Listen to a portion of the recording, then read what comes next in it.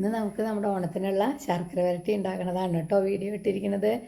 അതിനായിട്ട് നല്ല പച്ചക്കായ, നല്ല ഫ്രഷ് കായ കിട്ടിയിട്ടുണ്ട്. നമുക്ക് പച്ചക്കായേനെ തൊലി പൊളിച്ച് എടുക്കുക ചെയ്യണേ. ഈ തൊലി നമുക്ക് ഉപ്പേരി വയ്ക്കാനും ഉപയോഗിക്കാം കേട്ടോ.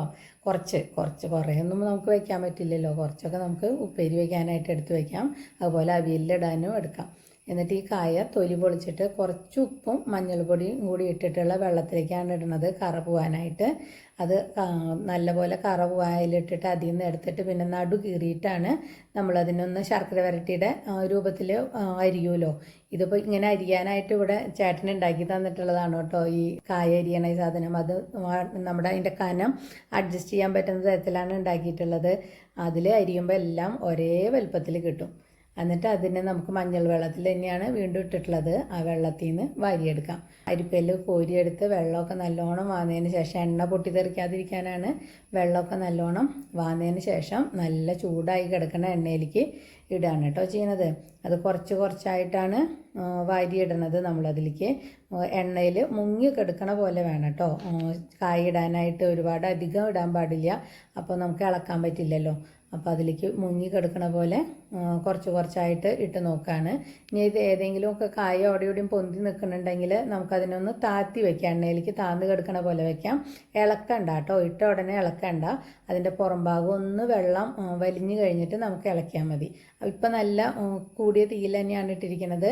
പിന്നെ വെള്ളം വലിഞ്ഞ് വരുമ്പോൾ നല്ലോണം ഒന്ന് ഇളക്കാം. ഇപ്പോൾ കണ്ടോ, എല്ലാതും വെള്ളം ഒന്ന് വലിഞ്ഞിട്ടുണ്ട്. ഇനി നന്നായി ഇളക്കിയതിന് ശേഷം നമ്മളതിൻ്റെ തീ നല്ല പോലെ കുറച്ച് വയ്ക്കും. പിന്നെ ചെറു തീയിലാണ് കേട്ടോ ഇടേണ്ടത്, എന്നാലാണ് അത് മൊരിഞ്ഞ് കിട്ടുള്ളൂ. ഇല്ലെങ്കിൽ പുറം മാത്രം ഇങ്ങനെ മൊരിഞ്ഞിട്ട് അകം വേവാത്ത പോലെ, മൊരിയാത്ത പോലെ ഇരിക്കും.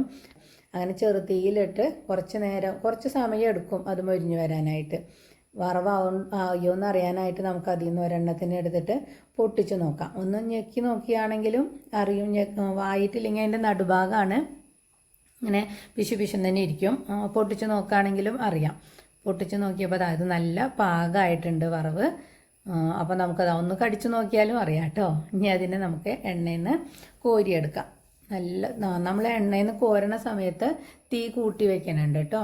എന്നിട്ട് എല്ലാം കൂടെ ഒന്ന് ഇളക്കി കൂട്ടിയതിന് ശേഷം കുറച്ചായിട്ട് കോരി നമുക്ക് എണ്ണ വാലാനായിട്ട് വയ്ക്കാം. അങ്ങനെ അരിഞ്ഞു വെച്ചിരിക്കുന്ന എല്ലാ കായേനെയും അങ്ങനെ കുറച്ചായിട്ട് വറുത്തെടുക്കാം കേട്ടോ. ഇതിപ്പോൾ അതെല്ലാം കോരി കഴിഞ്ഞിട്ടുണ്ട്. ഇനി നമുക്ക് ഇതിലേക്ക് വേണ്ട ശർക്കര ഉരുക്കാനായിട്ട് വെക്കാം. അതിൽ കുറച്ച് വെള്ളം കൂടെ ഒഴിച്ച് ഉരുകാനായിട്ട് വെച്ചിട്ടുണ്ട്. അത് ഉരുകണ സമയത്തേക്ക് നമുക്ക് ഇതിലേക്ക് ഇടാനുള്ള ചുക്കും ജീരകവും ഏലക്കായും, കുറച്ച് ഏലക്കായ വേണ്ടവർക്ക് ചേർത്താൽ മതി. ഇഷ്ടമില്ലാത്തവരാണെങ്കിൽ ചേർക്കണ്ട കേട്ടോ. അതിൻ്റെ തൊലി കളഞ്ഞിട്ടാണ് ഉപയോഗിക്കുക. ചുക്കിനൊന്ന് ചതച്ച് ഇടുകയാണ് ചെയ്യുന്നത്. മിക്സിയിൽ വേഗം പൊടിഞ്ഞ് കിട്ടാൻ വേണ്ടിയിട്ട് ചുക്കൊന്ന് ചതച്ചിടുന്നുണ്ട്. പിന്നെ ഏലക്കായും ജീരകവും കൂടി അതിലിട്ടിട്ട് 2 ടീസ്പൂണ് പഞ്ചസാര ഇടുന്നുണ്ട് കേട്ടോ. പഞ്ചസാര ഇടുന്നത് മധുരത്തിനല്ല, അതിൽ കുറച്ചല്ലേ ഉള്ളൂ. ആ ജാറിലൊന്ന് എളുപ്പം പൊടിഞ്ഞ് കിട്ടാൻ വേണ്ടിയിട്ടാണ് പഞ്ചസാര ഇടുന്നത്.